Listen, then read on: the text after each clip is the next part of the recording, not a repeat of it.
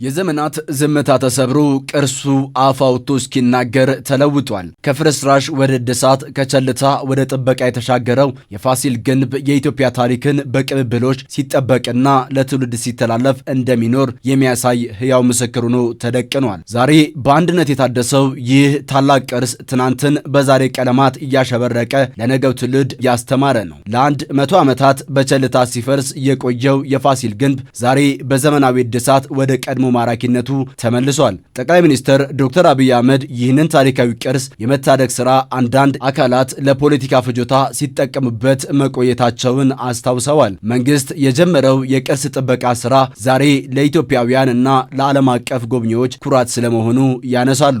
የኢትዮጵያ ሕዝብ በሚሰሩ ስራዎች ቅርስ ይጠፋብኛል ብሎ ይሰጋል ብዬ አላምንም። እንደዚህ አይነት ስጋት አላይም። ግን የኢትዮጵያ የፖለቲካ ልምምዳችን ደካማ ከመሆኑ የተነሳ ስለ ሁሉም ነገር ተቃውሞ የሚያንጸባርቁ ሰዎች አሉ። ፋሲል ላይ ብዙ ዘመቻ ነበር። ፋሲል 100 ዓመት አልታደሰም። በቁሙ እየወደቀ እየፈረሰ ነበር። ግቢው ያሳዝናል።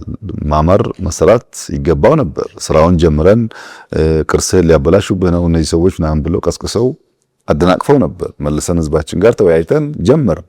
አሁን ፋሲልን ተመልከት። እኛም ፈረንጅም ማንም የመጣ ሰው ይኮራበታል። ለሚቀጥሉት 50-60 ዓመታት ለልጆቻችን የሚሻገር ስራ አድርገነዋል።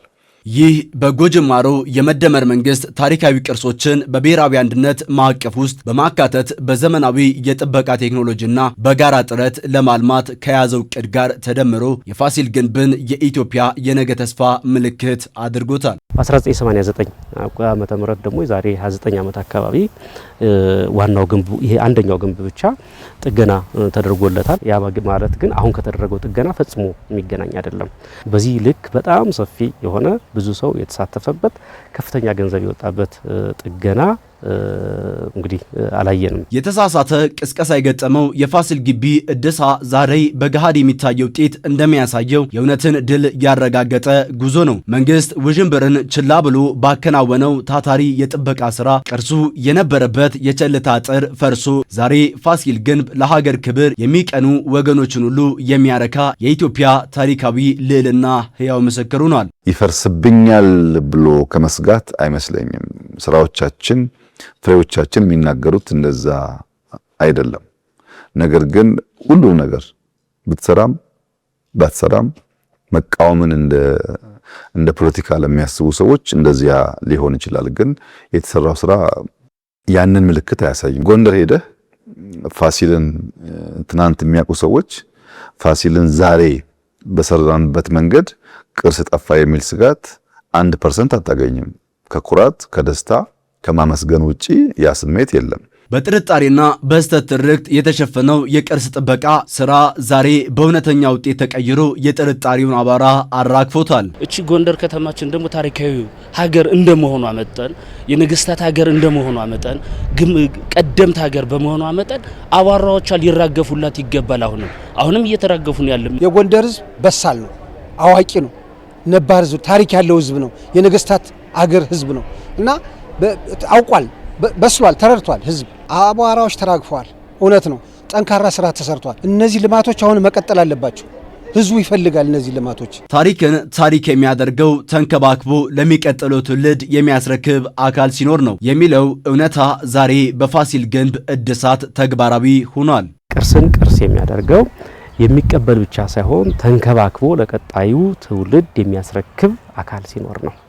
የኛ ትውልድ ከአባቶቹ የተቀበለውን ወደሚቀጥለው በደንብ ጠግኖ ማሳለፍ፣ ትውልዱን ታሪኩን እንዲያውቅ የተቀበለውን በአግባቡ ማስተላለፍ ይጠበቅበታል። ከዚህ አንጻር በዚህ ዘመን በጣም ጥሩ ነገር ተሰርቷል ብዬ አምናለሁ።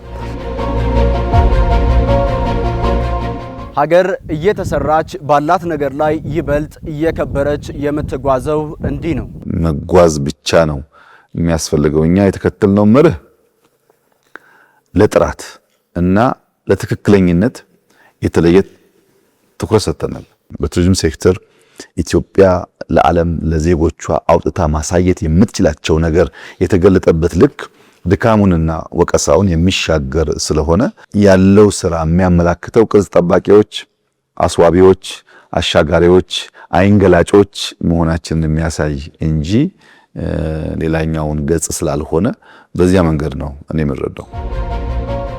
ቀደምት አባቶቻችን የተፈራች ደግሞም በጥበብ የከበረች ሀገር አስረከቡን። ይህ የኛ ትውልድ ደግሞ ከጥበባቸው ሊቀስም ከአንድነታቸው ይበልጥ ብርታት ሊያገኝ የአባቶቻችንን ውበት ገለጠው፣ ጠበቀው። አዎን ሀገር የምትሰራው እንዲህ ነው።